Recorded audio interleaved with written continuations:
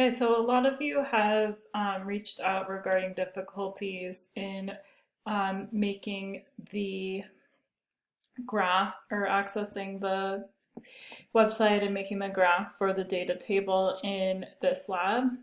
So what you're going to do, if you're having trouble with Flash Player, go to the website that we gave you a link to right at the bottom of page 1.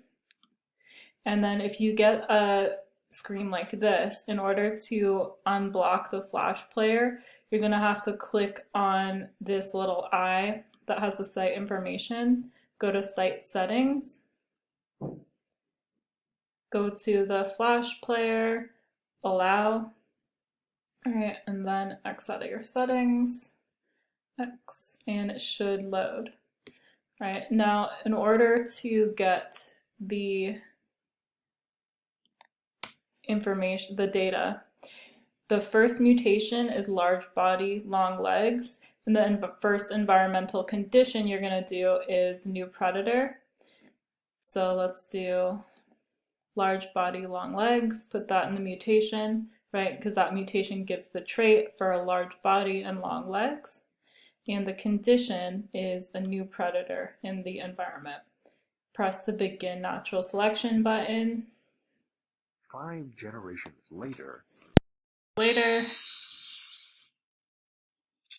Press Population Graph, and it gives you a graph with 2 lines showing you the populations in normal animals without the large body and long legs, with the blue line, and then the orange line gives you the population growth in the mutant animals with the large body and long legs.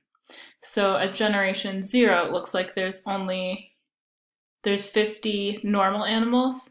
So I'm going to go to normal, put 50. And then for the mutants, I'm going to look at the orange line, which is 10. So I'm going to put 10.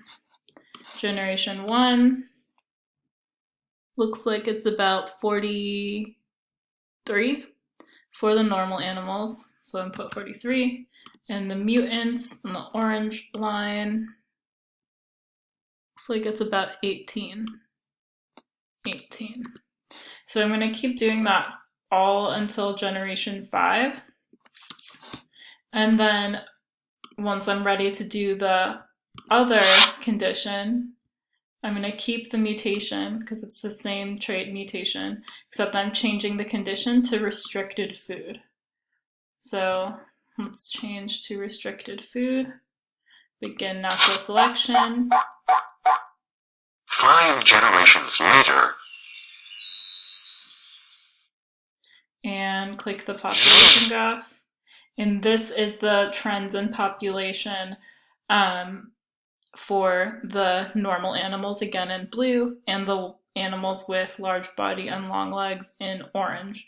We're going to see what happened over 5 generations when the food was restricted. So again, I'm going to look at generation 0 first. Started with 50 normal animals, and again about 10 mutants. And I'm going to do the same thing just like I did for my top rows for this condition. And then once I'm done with that, press close and change the mutation to small body white fur and start again with new predator. 5 generations later. And click the population graph.